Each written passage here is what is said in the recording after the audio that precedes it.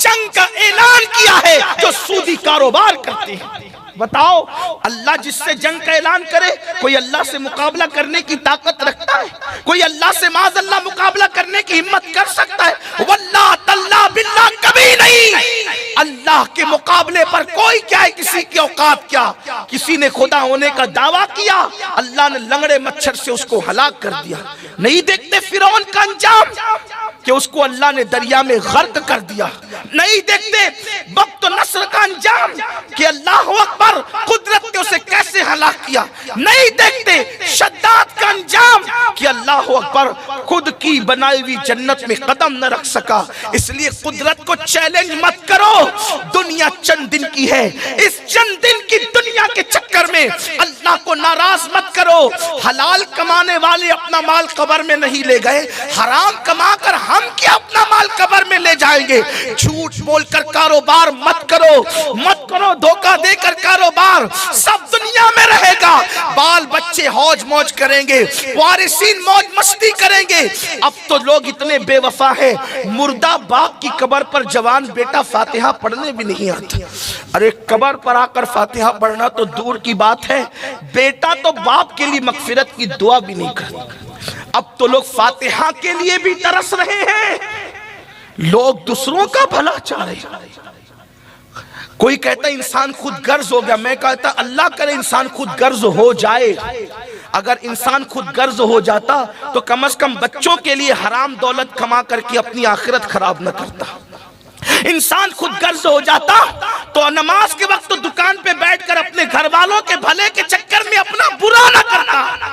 ہاں کچھ نہیں لے جانا ہے دنیا سے۔ قرآن کہتا ہے لا تنس نصیبک من الدنیا، دنیا سے اپنے نصیب کا مت بھولو، سوائے کفن کے دنیا سے کچھ نہیں لے جاؤ گے۔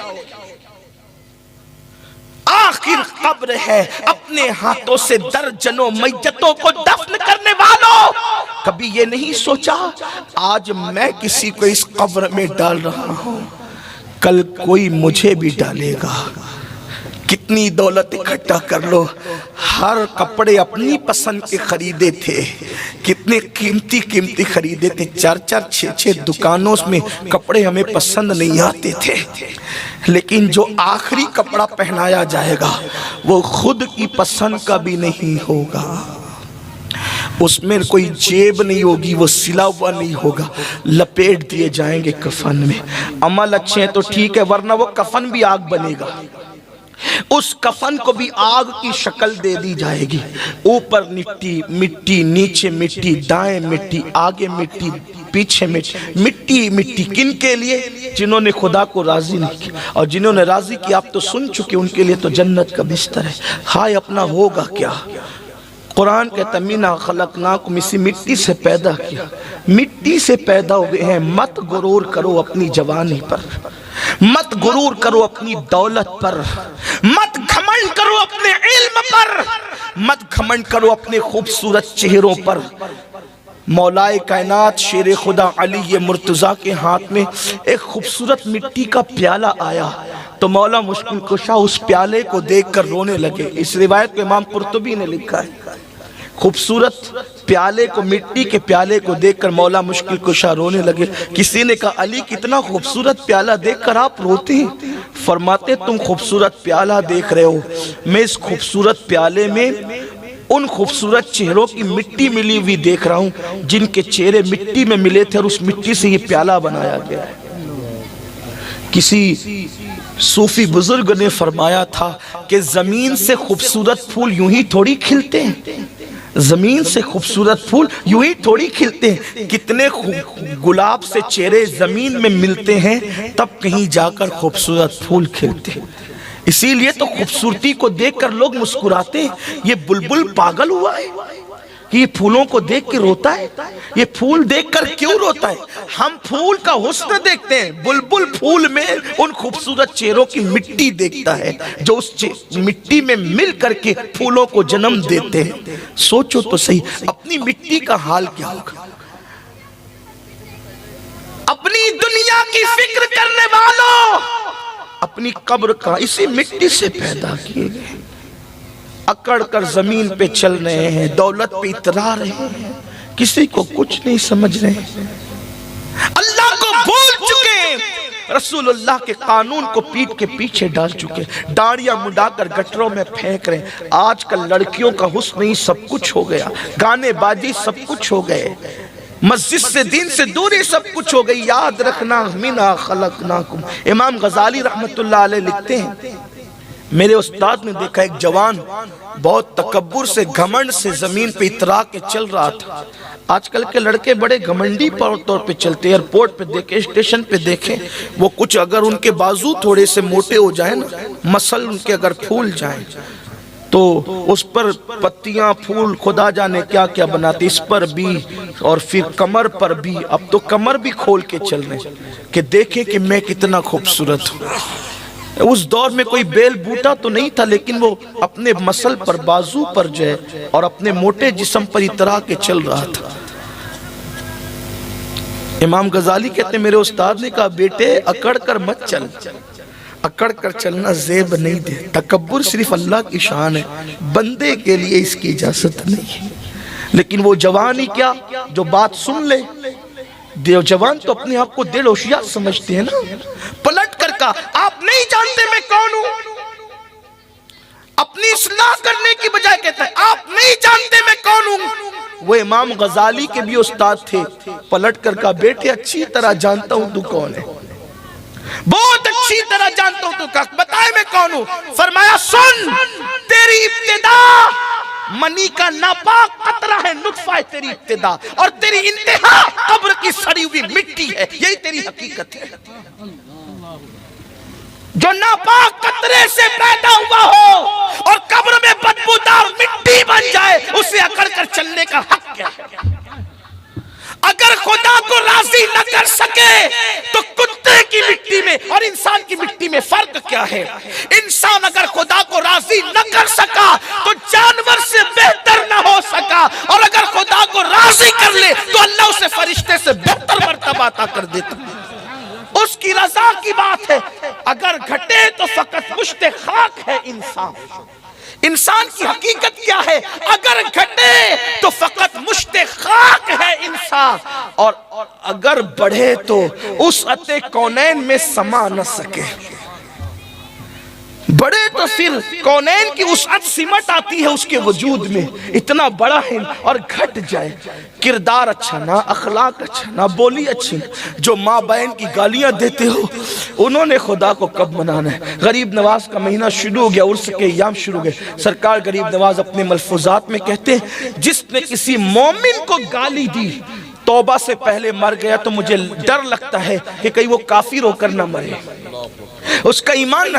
کتنی مومنوں کو تو اپنی جگہ ہے، خود کی بیوی کو لوگ گالی دیتے ہیں، ماں بہن کی گالیاں بیوی، اور اسی کو مردانگی سمجھتے ہیں۔ مردانگی گالی دینے کا نہ، وہ بزدل ہے جو بیوی کو گالی دیتا ہے، وہ بزدل ہے جو بیوی کو مارتا ہے۔ مردانگی کس سے کہتے ہیں پتہ ہے؟ جانے مردانگی کی طرف دیکھو، ام المومنین حضرت عائشہ صدیقہ فرماتی ہیں کہ میرے نبی نے اپنی بیویوں میں کبھی کسی بیوی کو ڈانٹا تک نہیں، کسی کو نہیں ڈانٹا، بلکہ الٹ ہم یہ کرتے تھے، خود ہی لڑتے تھے، ناراض ہو کے بیٹھ جاتے تھے، حضور ہمیں منانے کے لیے تشریف لایا کرتے تھے۔ یہ حضور کا کردار ہم سب بھول گئے۔ تو بات دور نہ نکل جائے، عرض کر رہا تھا کہ قبر میں کون کون کس کس عالم میں رہا، اور واللہ یہ صرف عبرت کے لیے ہے اور کوئی بات نہیں۔ ایک حدیث پاک آپ نے وہی بار بار سنی ہے، ایصال ثواب کے باب میں، تھوڑا سا اس کو دوسرے پیرا ہے۔ حدیث کا یہ معجزہ ہے، اعجاز ہے حدیث کا، کہ حدیث کو آپ جس اینگل سے دیکھیں گے اس میں سے آپ کو عبرت کا وہ پہلو نکلتا ہوا نظر آئے گا۔ میں سوچتا ہوں جب غالب اور اقبال کی شاعری میں اتنی معنویت ہے تو حضور علیہ السلام کا کمال کی معنویت کا عالم کیا ہوگا؟ میرے امام کہتے ہیں فصحا عرب کے بڑے بڑے تیرے آگے یوں ہے دبے لچے، کوئی جانے منہ میں زبان نہیں بلکہ جسم میں جان نہیں۔ غافل ہو کر بیٹھے ہیں، غیبت کر رہے ہیں، چگلیاں کر رہے ہیں، حرام کھا رہے ہیں، ریاکاری کے طور پہ نمازیں پڑھ، لوگ پہلے تو پڑھتے نہیں، پڑھتے تو دکھاوے کے لیے پڑھتے، اللہ ماشاءاللہ، غسل بھی صحیح نہیں ہے، وضو بھی صحیح نہیں ہے۔ وہ حدیث پاک سن لے جس کو بطور مفہوم عرض کر رہا ہوں۔ ایک صحابی ہے، ان کا نام حضرت سعد ہے، ایک صحابی رسول، ان کا نام سعد ہے، سعد. اور وہ سعد ایسے صحابی ہیں جن کو اللہ کے رسول صلی اللہ علیہ وآلہ وسلم نے سید الانصار کا لقب عطا فرمایا. یہ کسی اسٹیج کے ناظم کا دیا ہوا لقب نہیں ہے کس کو بھی کچھ بھی بنا دے، نہیں، سید الانصار اللہ کے رسول ان کو لقب دے رہے ہیں، یعنی انصار کا سردار، سید الانصار. ان کو خوش نصیب صحابی تھے، ان کا وصال اللہ کے رسول علیہ السلام کی ظاہری حیات میں ہو گیا. جب ان کے انتقال کی خبر آئی اللہ کے رسول صلی اللہ علیہ وآلہ وسلم کے پاس، تو اللہ کے حبیب علیہ السلام نے صحابہ کو فرمایا کہ اے میرے صحابہ، جس سعد کی میت کی انتقال کی خبر تم لے کر کے آئے ہو، تھوڑی دیر پہلے جبریل نے مجھے بتایا کہ جب ان کی روح لے کر، ایک توجہ پہ توجہ کرنا، جب ان کی روح لے کر فرشتے بڑھے تو ان کی روح کو دیکھ کر عرش جھومنے لگا خوشی سے. عرش پر دھومیں مچے، وہ مومن صالح ملا. عرش پر دھومیں مچے، وہ مومن صالح ملا. فرش پر ماتم رچے، وہ طیب و طاہر گیا. واسطہ پیارے کا ایسا ہو کہ جو سنی مرے، یوں نہ فرمائے تیرے شاہد کہ وہ فاجر گیا. بندہ ملنے کو قریب حضرت قادر گیا، لمعے باطن میں گمنے جلوے ظاہر گیا. ان کی روح کو دیکھ کے عرش خوشی سے جھوما. پہلی چیز صحابیت. صحابیت ہی وہ مقام اور مرتبہ ہے کہ ساری منقبتیں لفظ صحابیت کے سامنے ہیچ نظر آتی. اتنا بڑا منصب ہے صحابیت کا، جس کو صحابی کہہ دیا اب ساری منقبتوں کی انتہا ہو گئی. یہ ہے درجہ صحابیت. اللہ اکبر. ابھی مولانا نعت پڑھ رہے تھے، سب کے ہاتھ اٹھ گئے. اللہ تیرے حبیب کا چہرہ دکھا دے خواب میں. لوگ نبی کو خواب میں دیکھنے ترستے ہیں. صحابہ وہ ہیں جنہوں نے خواب میں نہیں، حالت بیداری میں مصطفیٰ جان رحمت کا جلوہ دیکھا. حضور نے پیار سے ان کے نام لیے، حضور نے حضور کے پیچھے نمازیں پڑھی، حضور کے دسترخوان پہ انہوں نے کھانے کھائے، اللہ کے رسول کے ساتھ انہوں نے جنگوں میں شرکت کی. انہوں نے حضور کے تبسم کو دیکھا، حضور کے جلال کو دیکھا، حضور کے بیٹھنے کو دیکھا، حضور کے اٹھنے کو دیکھا. بڑی بات تو یہ ہے وہ ایسی آنکھ والے تھے، انہوں نے اللہ کے قرآن کو مصطفیٰ جان رحمت پہ نازل ہوتے ہوئے بھی دیکھا، قرآن اترتے دیکھا انہوں نے اپنی آنکھوں سے. یہ حضور کے صحابہ ہیں، یہ صحابہ کی عظمت ہے، یہ صحابہ کا مقام ہے. لیکن سنو غوث قطب ابدال کوئی بھی صحابی کے مرتبے کو نہیں پہنچ سکتے. تو پھر میں اور آپ تو کوئی شمار ہی نہیں. ٹھیک ہے، اتنا تو آپ سمجھ ہی گئے ہوں گے. جب غوث قطب ابدال نہیں پہنچ سکتے اس مرتبے پر، کون پہنچ سکتا ہے؟ وہ ہے شرف صحابیت. اور عام صحابہ کی یہ شان ہے کہ غوث قطب ابدال نہیں پہنچ سکتے، بلکہ وہ صحابی جس نے پوری زندگی ایک سجدے کا موقع جس کو نہیں ملا، کلمہ پڑھا جان چلی گئی، نہ الحمدللہ کا، نہ سبحان اللہ کا، نہ ماشاءاللہ کا، نہ نماز پڑھی، نہ روزہ رکھا، نہ حج کیا، نہ زکوٰۃ دی، کوئی نیکی کرنے کا موقع نہیں ملا. بس حضور کو دیکھا، کلمہ پڑھا، حضور کو دیکھا، اسی حالت میں انتقال ہو گیا. اب کوئی غوث قطب بھی اس صحابی کے درجے کو نہیں پہنچ سکا جس نے ایک مرتبہ دیکھا، ایک بار.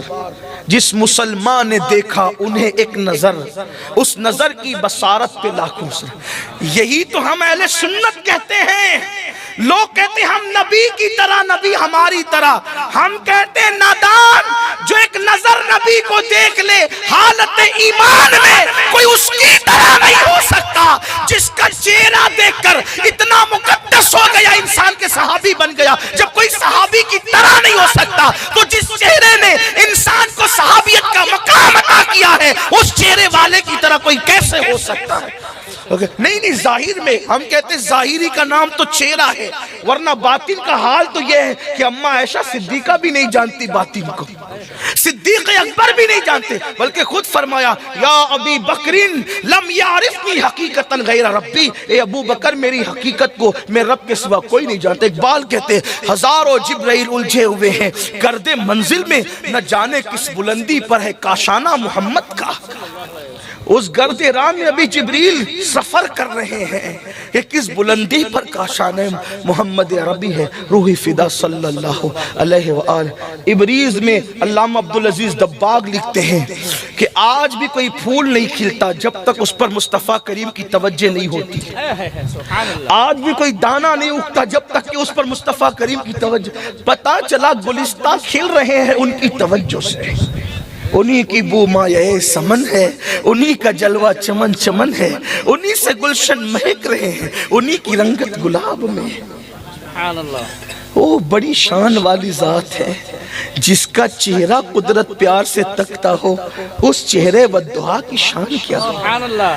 جس کے مانگ نکالنے کی اداؤں پہ قسم اٹھائی جاتی ہو، اس رخ والدعا کی شان کیا ہو۔ سبحان اللہ۔ لوگوں کو کیا خبر، کسی مفکر نے کہا تھا کسی بھی شخصیت کو دیکھنے کے لیے شرط ہے، اگر کسی کو پہچاننا ہے اصل حالت میں پہچاننا ہے، شرط ہے نہ اس کو غرور سے دیکھو نہ اس کو دور سے دیکھو۔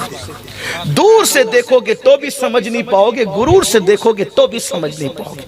جنہوں نے غرور سے دیکھا ہم بشر ہیں وہ بھی بشر ہیں، نہ سمجھ سکے، اور جنہوں نے دور سے دیکھا ابو جہل اور ابو لہب وہ بھی نہ سمجھ سکے۔ آپ کہیں گے وہ تو پڑوس میں رہتے تھے، یہی تو بات ہے، پڑوس میں رہ کر بھی کسی کی نظر دور ہو جاتی ہے اور یمن میں رہ کر بھی کوئی قریب سے دیکھتا ہے۔ یہ شرط ہے نگاہوں کے، نہ غرور سے دیکھو۔ اگر حقیقت انسان سمجھتا ہے یا جس کو دیکھ رہے اس کی شان سمجھتا ہے تو نہ غرور سے دیکھو نہ دور سے دیکھو۔ جنہوں نے غرور سے بھی نہیں دیکھا اور دور سے بھی نہیں دیکھا، پھر وہ یہ کہنے پہ مجبور ہو گئے لا یمکن الثناء کنا کما کان حقہ بعد از خدا بزرگ توئی قصہ مختصر۔ جنہوں نے غرور سے دیکھا انہوں نے یہ کہا یہ تو ایلچی ہے، یہ تو ڈاکیہ ہے، اور یہ تو اللہ اور یہ فلاں ہے۔ جنہوں نے نہ دور سے دیکھا نہ غرور سے دیکھا وہ کہتے ہیں سرور کہوں کہ مالک و مولا کہوں تجھے، باغ خلیل کا گل زیبا کہوں تجھے، لیکن رضا نے ختم سخن اس پہ کر دیا، خالق کا بندہ خلق کا آقا کہوں تجھے۔ تو بات چلی تھی اور وہ دور سے نکل گئی۔ عرض یہ کرنا چاہتا ہوں کہ حضور علیہ السلام نے ان کو سید الانصار کا لقب دیا اور ان کے بارے میں کہا کہ ان کی روح کو دیکھ کر عرش جھوما۔ پھر سرکار نے کہا اس کا جنازہ تیار کرو، ہم خود اس کے جنازے میں شرکت کریں گے۔ اب بتائیں جس کے جنازے میں جان عبادت شرکت کرے، جس کے جنازے میں جان دعا شرکت کرے، جس کے جنازے میں جان ایمان شرکت کرے، ارے نام جنازے پہ پڑ جائے تو میت کی مغفرت ہو جاتی ہے۔ حضور جس جنازے میں آ جائیں اس جنازے کی شان کیا۔ تیسری فضیلت ان کی یہ، پہلی فضیلت تو صحابی، دوسری فضیلت کے سید الانصار کا لقب، تیسری فضیلت عرش ان کی روح کو دیکھ کے جھوما، چوتھی فضیلت یہ کہ ان کے جنازے میں آقا نے فرمایا 70,000 فرشتوں نے شرکت کی۔ اور محدثین اکثر لکھتے ہیں یہ 70,000 17,000 10,000 100 یہ جو الفاظ آتے ہیں اس میں یہ 1 2 4 5 گنتی کا نہیں ہوتا۔ اکثر محدثین کا یہ نظریہ ہے کہ جس میں 70 کہا جائے یا 100 کہا جائے یا 700 کہا جائے یا 10 کہا جائے تو اس میں کثرت دکھانا مقصد ہوتی ہے، گنتی بتانا مقصد نہیں ہوتی۔ تو ان محدثین کے الفاظ پر اگر اس کی تشریح کی جائے تو جیسے ہم کہتے ہیں نا میں نے تجھے 50 بار فون کیا تو نے فون نہیں اٹھایا، تو اس کا مطلب گن کر آپ نے 1 2 3 4 50 والا نہیں، مطلب میں نے تجھے کثرت سے فون 50 کہنا مطلب 100 بار میں تیرے گھر آیا تو مجھے ملا نہیں۔ اب یہاں 100 مرتبہ کہ 100 بار آپ ایسا نہیں، کثرت بتانا ہوتا ہے۔ اب سمجھے آپ بعض شارحین اس طرف بھی گئے ہیں اور اس طرح کی شرح کرنے والوں میں بالخصوص امام قسطلانی اور امام ابن الجوزی جیسے لوگوں کا نام آتا ہے کہ انہوں نے کثرت کا اس پر جو وہ اطلاق کیا۔ کثرت آقا فرماتے 70,000 لوگ فرشتوں نے اس کے جنازے میں شرکت کی، یعنی کثرت سے فرشتوں نے شرکت کی۔ ٹھیک 4 فضیلت۔ 5ویں فضیلت یہ کہ حضور نے خود شرکت کی۔ واللہ فرشتوں کا جنازے میں آنا اتنی فضیلت نہ تھی جتنا حضور کا جنازے میں آنا فضیلت تھی، کیونکہ اب کسی اور کے جنازے میں بھی تو فرشتے آ سکتے ہیں، لیکن یہ شان کہ حضور جس کے جنازے میں آئے۔ یہ فضیلت خاص ہے. لیکن اب سنو اور دل کے کانوں سے سنو, ایمان لگتی بات سنو. سنیو, بہت غافل ہو گئے, بہت غافل ہو گئے.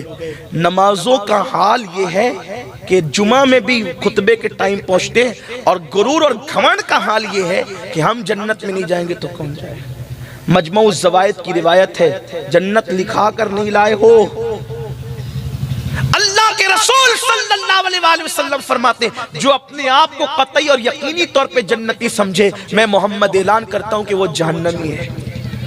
جن کو جنت کی بشارتیں دی گئی وہ مصلی پہ روتے, جن کے بستر پہ قرآن نازل ہوا وہ مصلی پہ روتے, اور جن کو کلمے کا کہ صحیح تلفظ یاد نہیں ہے وہ مغرور ہے کہ ہم جنت میں نہ جائیں گے تو کون جائے گا.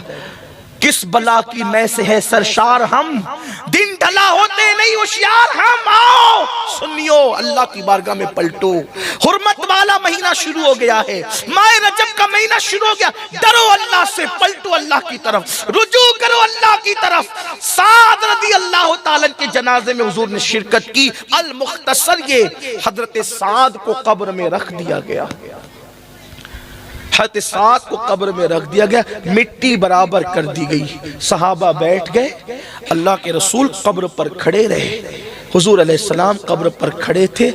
کھڑے کھڑے صحابہ نے دیکھا حضور علیہ السلام کے چہرے پر کچھ افسردگی کے اور بظاہر غم کے آثار ظاہر ہوئے. چونکہ صحابہ کی عادت تھی وہ حضور ہی کو دیکھتے رہتے تھے, تو جب دیکھا کہ حضور کے چہرے پر بظاہر پریشانی کے آثار ہیں, صحابہ بھی پریشان ہو گئے. صحابہ کہتے پھر حضور نے کہا اللہ اکبر, اللہ اکبر, سبحان اللہ, سبحان اللہ, اللہ اکبر, اللہ اکبر. حضور نے تسبیح پڑھی, تکبیر پڑھی, اللہ کی حمد کی. پھر تھوڑی دیر گزری تھی کہ حضور علیہ السلام کا چہرہ خوشی سے کھل اٹھا. پہلے چہرے پہ افسردگی, پھر چہرہ کھل اٹھا. اگر مائیں اور بہنیں موجود ہیں تو ان کی بھی توجہ. پہلے چہرے پہ افسردگی, اس کے بعد چہرہ کھل اٹھا. صحابہ نے پوچھا آقا ہمارے ماں باپ آپ پہ قربان, یا رسول اللہ ہم نے دیکھا کہ آپ کے چہرے پر سعد کی قبر پر جب آپ کھڑے تھے تو افسردگی کے آثار تھے, پھر چہرہ کھل اٹھا. اب میرے آقا نے کیا جواب دیا سنیں, یہ چھٹی فضیلت.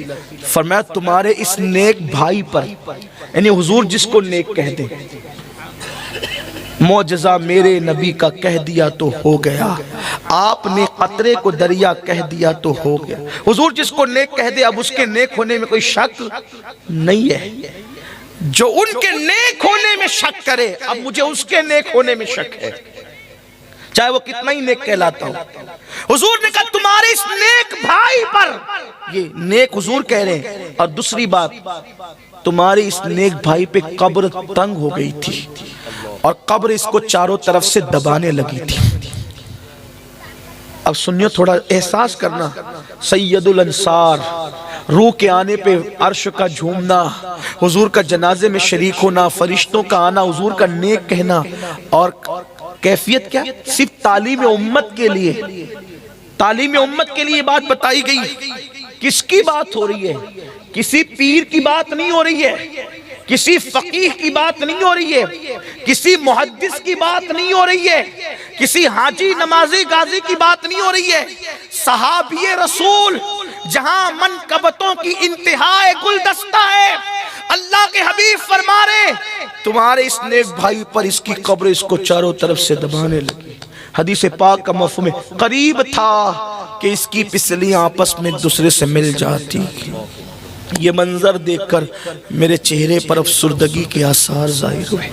سنیو, سوچے تو کوئی ثابت کر سکتا ان کی نماز بھی چھوٹی تھی, کوئی ثابت کر سکتا ان کے چہرے سے داڑھی بھی منڈی تھی, کوئی ثابت کر سکتا ہے.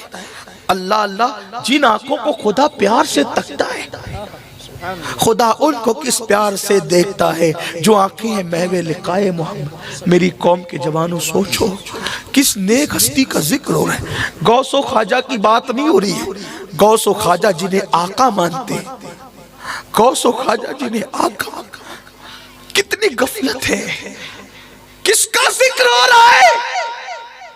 فرمایا تمہارے نیک بھائی کو قبر دبانے لگی چاروں طرف سے، اور یہ منظر دیکھ کر حضور کے چہرے پہ افسردگی کے آثار ظاہر ہوئے۔ آقا فرماتے میں نے اللہ کی تکبیر کر، اللہ اکبر اللہ اکبر اللہ اکبر، سبحان اللہ اللہ اکبر۔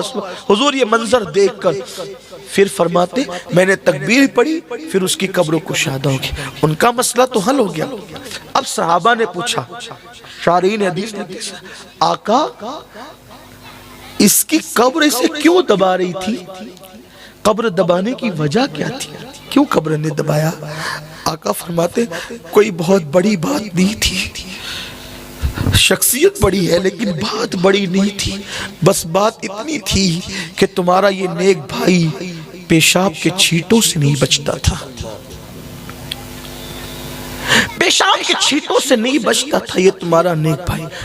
محدثین لکھتے پیشاب کے چھینٹوں سے نہیں بچنے پہ کئی وجوہات لکھی، اس میں سے ایک وجہ جو مجھے بہت پسند آئی وہ بیان کر رہا ہوں، جس سے عظمت صحابیت کا تحفظ بھی ہو جاتا ہے کہ وہ بکریاں جب چراتے تھے، بکریاں تو بکریاں چرانے میں اتنے مصروف ہو جاتے تھے کہ بکریاں پیشاب کرتی تھی تو وہ بکریوں کے پیشاب کے چھینٹے سے بچ نہیں پاتے تھے، اس بنیاد پر ان کی قبر میں انہیں دبایا جا رہا تھا۔ سوچو مسلمانوں، سید الانصار کو بکری کے پیشاب کے چھینٹے سے نہ بچنے، جان بوجھ کے نہیں، لاشعوری طور پہ نہ بچنے کی بنیاد پر ان کی قبر انہیں دبا رہی ہے، حتیٰ کہ یوں لگتا ہے کہ کہیں پسلیاں نہ ٹوٹ جائے۔